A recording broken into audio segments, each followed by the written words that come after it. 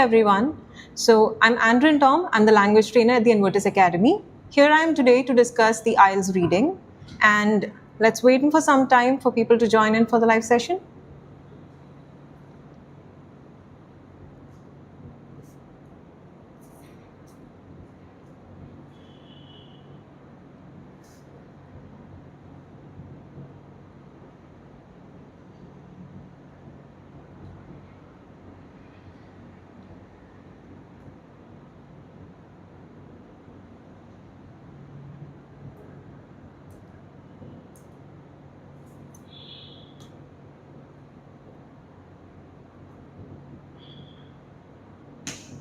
All right, so we have a lot of people joining in us right now for us to start with the session.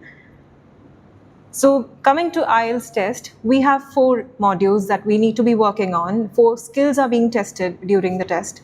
And one of the test module that is considered to be a little difficult among students is the reading module, which we'll be speaking about today during our session. So now, this particular test module requires a lot of practice, and you need to be identifying what the various question types are and how to be approaching it based on the different questions that we'll be discussing further on in the session today.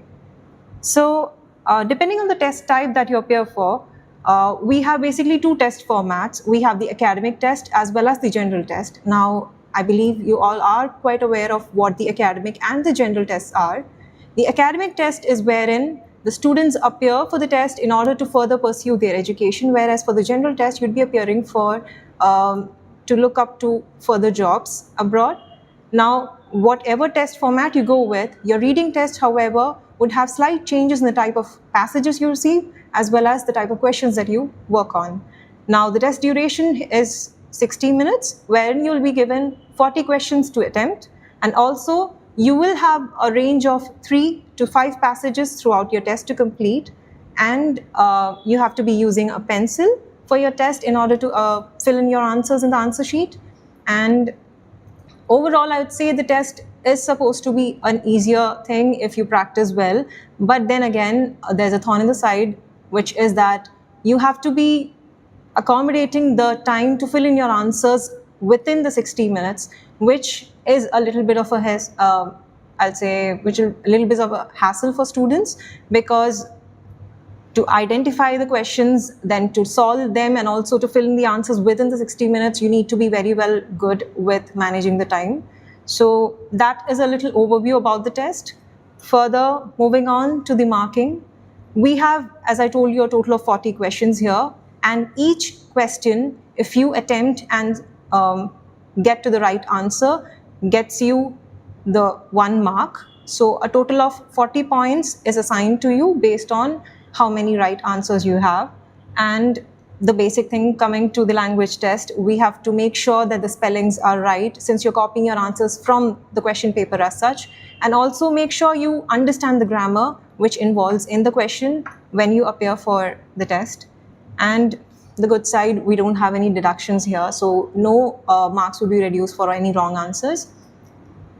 Moving on further, we'll be speaking about the skills right now that are quite essential for your reading test. So basically, when you look at a particular question, you have to always remember that we have to utilize the time very well in order to appear or complete our test within the given allotted time. So there are certain skills that are being commonly spoken of, which is skimming, scanning, and you're like trying to analyze what the synonyms are.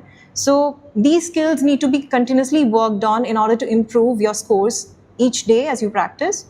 So now, talking about skimming, it's just that you're quickly going through the particular passage or the paragraph that is given to you. You would not completely read it, you're just running your eyes through it. And scanning is again the same thing, wherein you're looking for something specific, as in a particular number or a word that would get you to your answer as quick as you can. And while you're doing the skimming and scanning, we constantly search for the keywords which relate to the question, and we underline them. And that is how we look for synonyms, and also we get to our answers in time. So these are the various skills that you would need. I'll just repeat them once again. So skimming, scanning, searching for the keywords, underlining them, and also relating to the synonyms and meanings in order to get to answer better.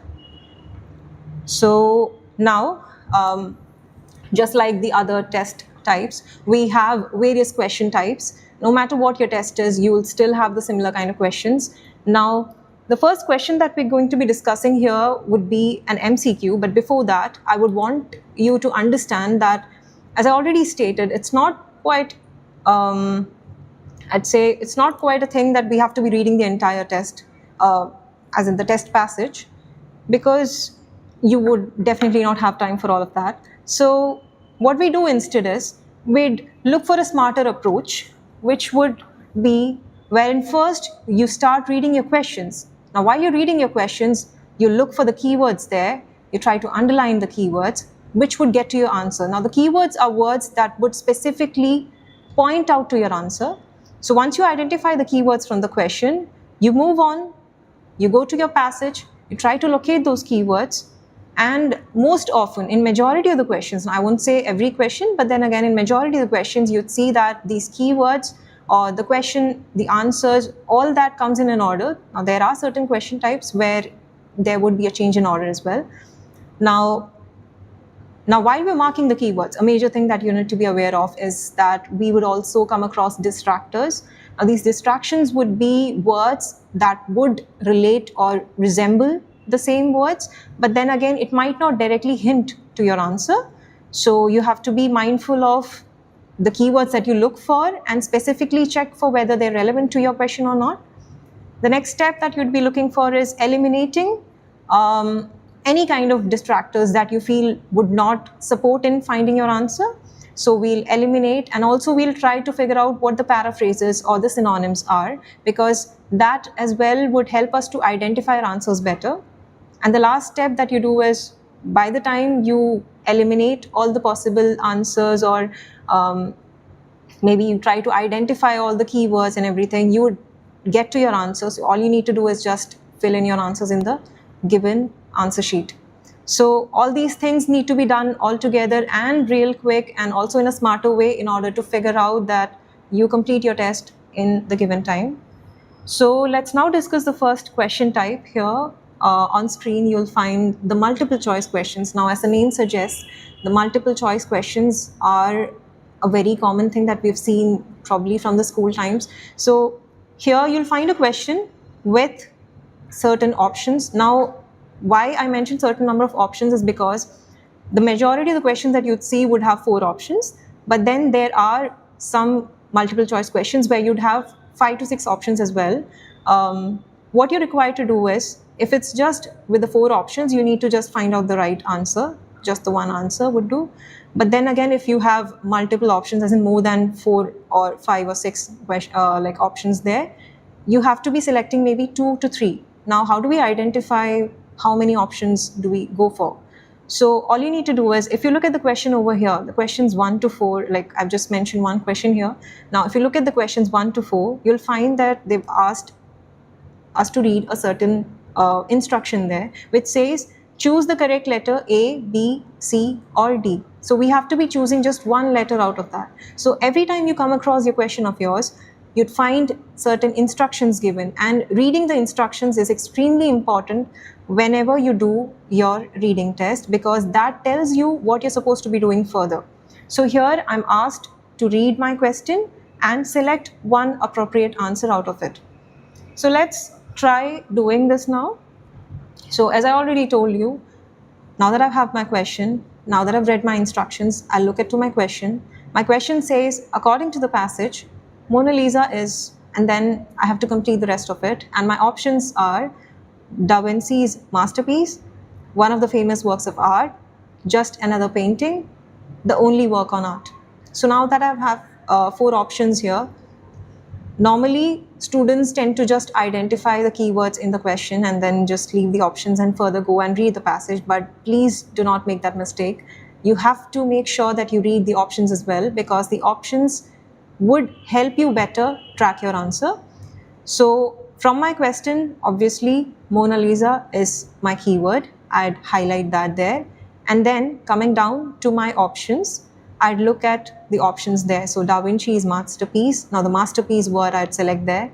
And the second option says one of the famous works of art. So I'd say one of the famous, like the entire option itself is important there. And then the third option says just another painting. So you just have to remember what it is. So any word that helps you remember better, you can mark that. And the last one says the only work on art. So that's the only work done. That is what it means. So now I have selected a few words. I have underlined what is necessary to me, or I have highlighted what is important to me. I now go back to my passage. Now you have to just thoroughly make sure you practice this regularly in your routine, that you look for these specific words as quick as you can. So now the word Mona Lisa would be my primary concern there. So if I just run my eyes through the passage there, in the first sentence itself, I can see the word Mona Lisa given. And also, once I track my keyword, I'd start reading that particular sentence and maybe any sentences that are around that. So here, if you just quickly read the sentence, one of the most famous works of art in the world is Leonardo da Vinci's Mona Lisa. So this one sentence itself contains two of my options. Now, how do I eliminate? So if you clearly notice, they say Da Vinci's masterpiece as the first option, but we don't find the word masterpiece. So that does not directly relate to my option. So I just eliminate it right away. And the second option, which again resembles the sentence, says one of the famous work of art, which is exactly the same as you find in the passage, says one of the famous works of art in the world, is exactly the same thing. So I can finalize there that option B relates more to the sentence that I've read in my passage. So, and again, if you still wish to eliminate options, you can see that C and D have not been mentioned anywhere. So the best way to do an MCQ question would be where you eliminate the existing options and try to look at what remains, and always make sure you relate to the meaning of the particular question in order to find out what your answers are. And as I already told you, there are other MCQ questions as well, which we'll further maybe discuss later on. Now, that's about the MCQs. Moving on to the next type of question that we have in reading. Again, this is a nail biter, I would say. It's true, false, or not given. Now, I remember doing true, false, not given back in school, and they used to be very easy, but here it's quite a little bit of a mess, I would say, for the reason true statements can be easily identified because it would exactly be the same in meaning, but coming to the false and not given, it can be a little tricky. So let's see what exactly the question type is. You'd be given a certain number of statements there, and you have to read the statements and try to relate to the meaning in the passage and identify whether the particular statement is exactly the same as the question is given or if it differs in any manner. So once you do that is how you start marking whether the statement is true, false, or not given. Now, a statement, if it has to be true, it should agree exactly with the information given in the passage. As in, no way it should be different. And coming to a false statement, you'd find that the false statements are very much similar to it, but there would be something that contradicts. So say, for example, I say I like ice creams, and then again in the passage you'd notice that it says I do not like ice creams. Now, like is one thing and do not is another. So there's a contradictory meaning there. So that automatically becomes a false statement. And the last one, which is not given. Here, a lot of people get confused with false and not given. So my direct say would be that not given is a statement which you'd never find in the passage. Howsoever, you'd find the keywords that does not mean your statement has to be there. So while you're doing true, false, not given, always remember keywords do not mean that your answer is there. You have to relate to the meaning of it. So here we have the instructions again. Now, I would highly recommend that you read the instructions very carefully when it comes to true, false, not given, because we have another question type that resembles this. Now, the instruction here says, if you see, do the following statements agree with the information given in the reading passage? So we have a certain set of statements, 1, 2, and 3. We have to see whether they relate to the passage or not. Now, in the answer sheet, we need to be marking true if the statement agrees with the information, Now we'd be marking false if it does not, as in if it contradicts.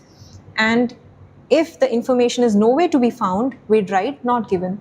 So while you write your answers, you can write true, false, and not given. So my first question here, again, we'll go in the same way as we earlier discussed. We won't be directly going into the passage. Instead, what we're going to do is we'll read the question, we mark the keywords there, and then we go to the passage, find our keywords, and try to relate to the meaning, and then assign whether it's true, false, or not given. So the first statement here says, the scientists are using a technique from electronics to control specific plant properties. So now in this particular thing, now since this entirely is about a scientific passage, the keyword, yeah, I did mark scientist, but I would not say that it's a very common keyword, because any other word that relates to the meaning can also add to it. So which is why I just identified that as a keyword so that you can relate easy. Okay.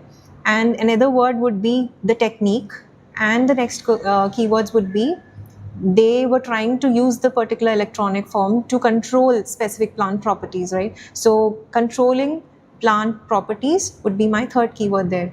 Now that I have my keywords, I would immediately go to my passage. I'd start looking for these words, and if you look towards the end of the first paragraph, you'd see that we have control specific plant characteristics. Now, I did mention paraphrasing in the beginning. So you have to always remember this is a reading test, which is very much a vocabulary test. The examiners would not give it very easy. They would give you synonyms, they will give you paraphrasing. So never expect that the same words as in the question would be found in the passage as well. So the word characteristics is the same as properties. The word maybe specific can be replaced with a particular, like with particular. So they can use that in order to check how good you are with words. So here I did spot that word, and I think a line above that you'd also see the word biologist. Now they have not directly used the word scientist, they did use the word biologist, which is again a scientist, right? So here my first paragraph towards the end shows the keywords that I was looking for. Now that I've found my keywords, I'd start reading it. So the sentence says, biologists are creating the same modularity in, wait for it, plants by designing gene circuits that control specific plant characteristics, color, size, resistance to drought, you name it. So what they're trying to say is they were designing a particular thing which could control the characteristics that you wish to have or that you wish to see in the particular plant that you're developing, which is exactly the same as I see in my question. So this I can mark as true because that relates to the meaning. Now, as you see, the technique they used is not mentioned, does not mean that does not relate to the meaning. Okay. Now, that is how you mark a true statement. It would be entirely the same, and though you not find the same keywords. Coming to the second question here, we have the question which says some synthetic biologists work with genetic circuits of mammals. Now again, I'd mark my keywords. So some synthetic biologists, genetic circuits, and mammals. These would be my keywords in the question given. And now a lot of people would ask why I would mark some as a keyword there. The words, even the smallest of words like some, most, if, whether, these do carry a lot of meaning. It can change the overall meaning of your sentence just by being at one side of it. So always remember, even words like that act as a major keyword, and you have to be identifying that very well in order to get to your answer. So here, some synthetic biologists and mammals. And also, like, since they were already speaking about genetic materials, why I skipped that over there. I look for these words and I don't find them in the first paragraph. Now, thankfully, this question mostly comes in an order, so we can immediately go to the next paragraph and look for the keyword again. So towards the second line, you'd see genetic circuits, and further on, if you move ahead, you'd see synthetic biologists. So the last sentence of the second paragraph says most of today's synthetic biologists work with simple microorganisms like E. coli or yeast. Now, you see the difference. In one place, it's most, and in my question, it says some. So there's a clear difference that some and most are not the same, and you should be able to identify the minute detail there rather than just looking at, okay, synthetic biologists are mentioned and mammals are mentioned. Like, you can't be going that way. You have to relate to the meaning there. So if you see, they're speaking about synthetic biologists there, but nowhere are they speaking about mammals. So if no information I find about mammals over there, I cannot confirm whether my answer is right or not. So that becomes not given. Further on, coming to the third question, which is very much similar to the second question, if you see, most of synthetic biologists work with mammals. Now again, they've used the term mammals, and if you look at the same sentence that we previously looked at, here we have most of today's synthetic biologists, which is the same keyword, I'm sorry. They are speaking about the same biologists being working on something, but it's not the mammals that they're working with. They're working with simple microorganisms. So that there is a contradicting information. They're talking about biologists working on something, but that something is quite different there from what my question says, which is why that information becomes false. So you have to relate to the particular meaning of the sentence given to you, see whether it is exactly the same as it says in the question and in the passage. If it does, it becomes true. If it contradicts in any manner, even the slightest way, with the words like most, some, that can become false. And if you don't find any information relating to that statement, that becomes not given. I hope that's understood. And I would want you people to particularly work on this particular question. Moving on further to the next question type, it's match the headings. Now, match the headings is one question type that I would say you should probably keep it for the last. For the reason, we would have to be assigning headings to each and every paragraph of our test. So normally a reading passage can have from 4 to 8 paragraphs, and each of these paragraphs can have different headings, and to read each paragraph and assign a heading can be time consuming, which is why I would never recommend doing this one first. Instead, keep it for the last. So what you're supposed to be doing over here is you have to be reading the particular paragraph and assign a suitable heading from the list of headings given to you. So here on the screen, you'll find we have the questions on the left and we have the passage on the right. So the question again, as you see, it clearly states how you're supposed to be doing it. So the reading passage has 4 paragraphs. Now thankfully this particular test had only 4 paragraphs, and we have to be choosing the correct heading from the list of headings that is given to us. So the list of headings has close to 7 headings here, and we have to assign the suitable one to the respective paragraph that is given to us. And on the right, you'll have your paragraph. So now you just have to be writing in Roman numbers. Like they've already said, write the correct number. You just have to write no Roman number in the answer, like the answer space. So what we do over here is, since we're keeping it for the last, if you have time, if you have enough and more time to read it, I would recommend reading the entire paragraph. Now, if you don't, maybe read the first few lines and the last few lines. That would help you get an idea of what the entire paragraph is. So since we have time right now, we'll just go through it. So if you read the particular paragraph, you'll see that they're speaking about dance, the origin of the word, and what forms it has, what elements it includes. And further towards the end, they're also speaking about the different sorts or the different types of dance forms. So the entire passage introduces us to what dance is and also the types or the elements included in it. And now, once I've understood the gist of my paragraph, I come to the headings. You have to go through each and every heading and eliminate the ones that are not relevant to the particular paragraph given to you. So my first heading says Indian classical dance. Now that's a specific one, so I can't select that as my answer. Again, the next one says origin of jazz dance. That is also a specific one. We're not taking it again.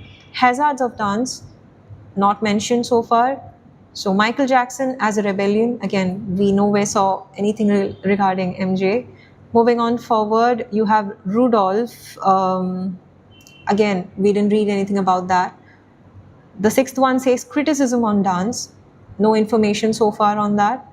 And the last one says types of dance, which we did see towards the end of the first paragraph here.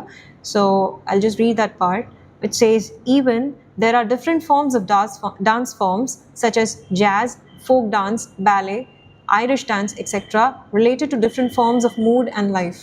So overall, in the first paragraph, they did speak of the types of dances that we have across the world.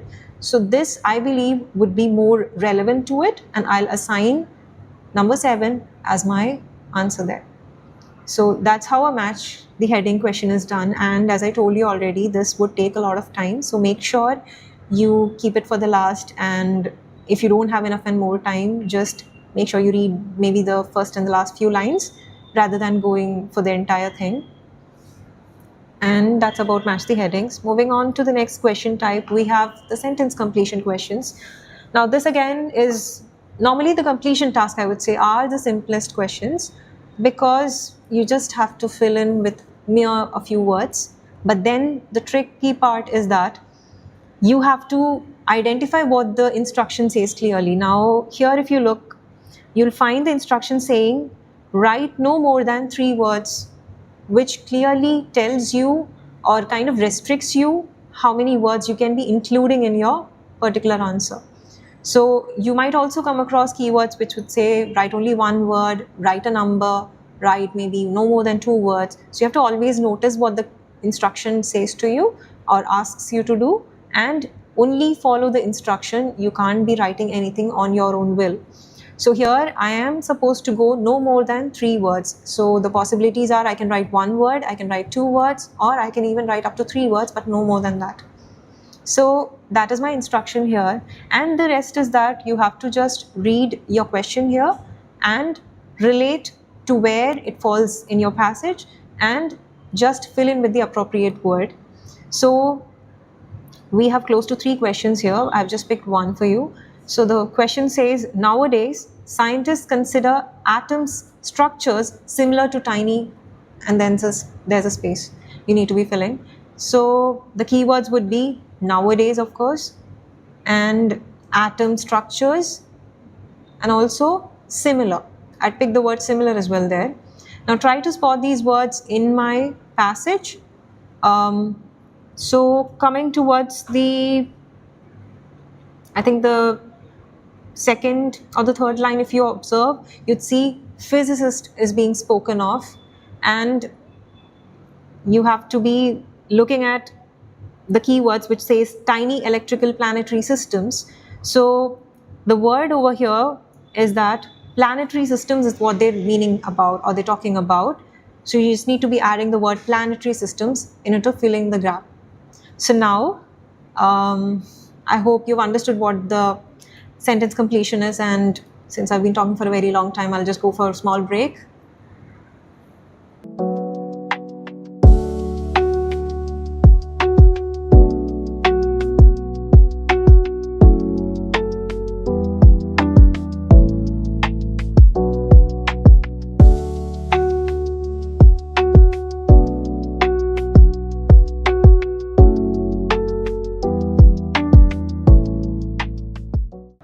All right, so welcome back. So before the break, we discussed about a few questions, multiple choice, true, false, match the heading, sentence completion, and now we're going to the next question type, which is match the information. Now, this again is another question type that takes a lot of time, since we have been given here, as you see on the screen, we've been given close to 8 information.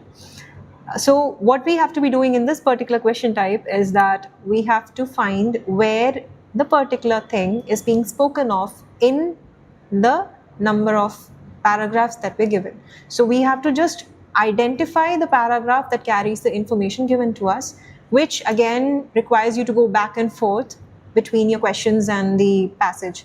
Okay, so you have to always remember this. Again, I would recommend keeping it for the last. Now, if you are someone who does it very fast, you're quick with reading, you identify the keywords really well, you can maybe attempt doing it in the beginning itself. But then again, this takes a lot of time. So here, just look at the instructions, which says which paragraph contains the following information.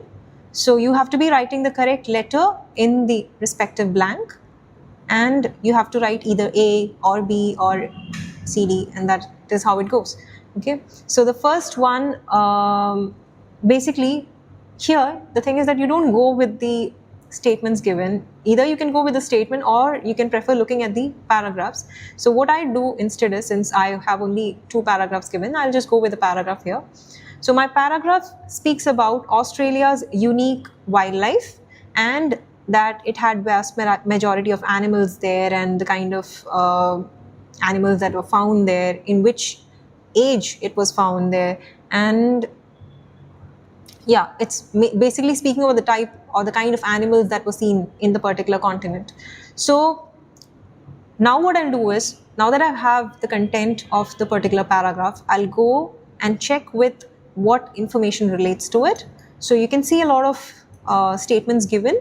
Out of this, if you particularly look for, I did notice certain keywords like Australia's wildlife is unique, and also another keyword during the Pleistocene age.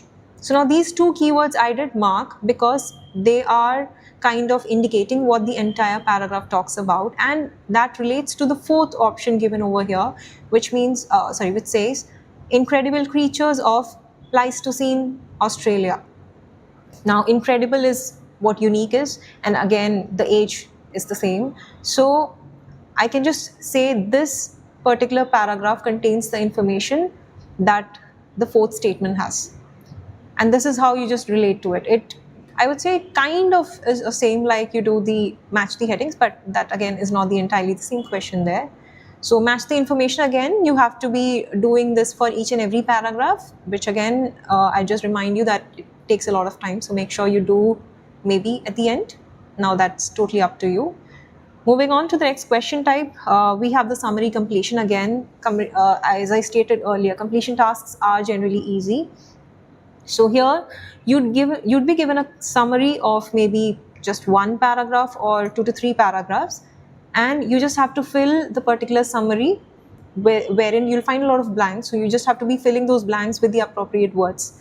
So we'll just do 1 there. And again, we have instructions here. So the instruction here says that we have to complete the summary, and we need to be writing 1 word from part A. Now I've chosen 2 paragraphs in part A. So my first blank is that the earliest museums displayed personal dash belonging to rich people and until the 18th century, and that is how it goes. And okay, only the elite class could visit these places. So the keywords that I've chosen are earliest museums, and then personal belonging and rich people. I'll just take these as my keywords, and in my very first paragraph, in the very first sentence, you'll see the word very first.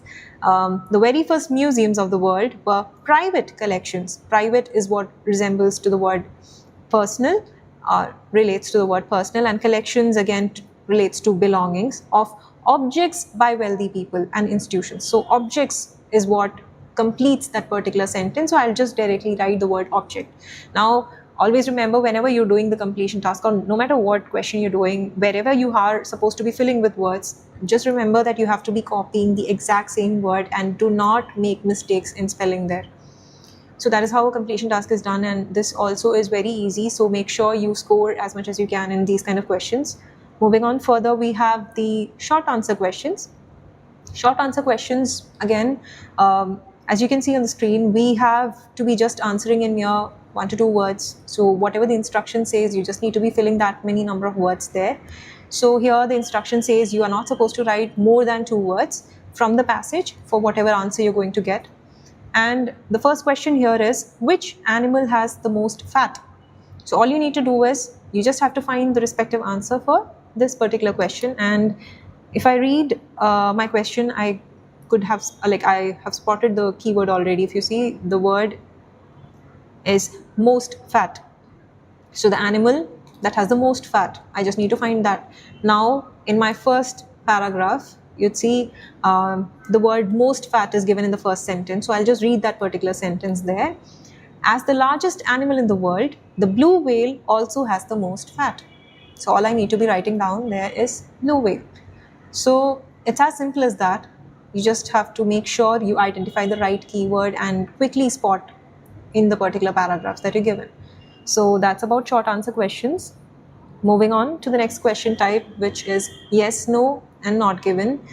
Now, coming to this question, I would say that always remember to read your instruction thoroughly in case of true, false, not given, and yes, no, not given, because it's very often seen that students make a mistake there, wherein if the question had asked you to write yes, no, not given, I've seen students writing true, false, not given, and then losing marks, which clearly shows that you have not read the instruction properly, and that leads to like you losing a mark, right? So make sure you read whether you have to be writing true, yes, or no, false, and of course not given is the same, so it doesn't matter. So make sure you're reading the instruction clearly there. So again, the only difference over here would be where in the previous question, true, false, not given, we were going with the information being exactly the same. Here, it's just that the statement that is given would agree to the view of the writer. And if it does, it's yes. And if it contradicts, it's no. And if it's nowhere to be found, it's not given. So we'll just do one here. So the question here is, viewing an electronic screen before going to sleep at night is harmful. So if you use any kind of an electronic device and you're looking constantly at it, and that too before you go to sleep, it is harmful, it does you harm is what it says. So my keywords are going to be viewing, screen, and harmful. And if I try to find these words, you might not find the same word again. Please make sure you keep that in mind. You'll see the synonym of it towards the last few lines. So I see in the second sentence in my first paragraph, it counters claims that teenagers' mental and physical health could be damaged by excessive screen time. So now they're speaking about using any kind of a screen. Okay. Now, even just before bedtime, so now they're coming to my question, they're closing my question. Being online, gaming, or watching TV is not damaging. So while in my question they were saying that it is harmful, my passage says it is not damaging. So that contradicts the information, which is why I would term this one, or I would mark this one as no. So it's exactly done in the same way as you do true, false, not given. It's just that here you're just relating to the view of the writer. Okay. So yeah, that's about yes, no, and not given. In the same manner, you do yes and not given questions as well. Okay. Coming to the last question type. Again, we have a completion task wherein you can see that we have a diagram here. We have to be just labeling the diagram, or you can even get tables or flow charts. Okay. So again, when you get the question here, they would tell you what you have to be writing about, whether it's a word that you need to be filling or whether it's a number. So all you need to do is read the particular question and then try to mark the keyword, look for it in the particular passage, and then find your answer there. Okay, and fill in up. Now, my first question here says, so this is a platypus. Now, the bill holds receptors for identifying root and dash. So now, the platypus is a bill. It has receptors. So bill, receptors, and identifying root are going to be my keywords. And in the passage that is here in front of me, if I quickly go through, and since I've already marked it, you'd see that there's a sentence which says, the shape of its bill gives it the name duck-billed platypus. The flexible body part is smooth-like sued and has receptors. Now, that's my keyword. For navigation, navigation is identifying route, and detection of movements of freely swimming food. So detection is identifying again. So what are we detecting? We just have to be writing one word. If I write freely swimming food, I'll lose my mark. Like I won't get a mark there. So I'll just simply write food. Okay. And let's try doing one more there. And then there's closable dash. That's a second blank. Closable dash. And if I run through like the words over there, like go through the words over there. I can see the eyes and ears located in the grooves behind the bill are covered by folds of skin and a watertight seal that closes the nostrils. Now, closable, that closes is the same thing. What does it close? It closes the nostrils. So, closable nostrils. So, yeah. That is how you do a diagram. And in the same manner, if you get a table, you just have to find what your keywords are in the question, try to look for the answer or the information in the particular passage that you have, and just fill in with the right amount of words or numbers required. Now that we've done a lot of questions here, you have to always remember when you are doing the question, make sure your instructions are clearly understood to you and you kind of figure out what your answers are supposed to be. And when you fill them in your answer sheet, make sure the spellings are right, and also that you write in block letters, like all capital letters. Okay, so yeah, that's the end of it. If you have any more questions, you can comment down in the comment box.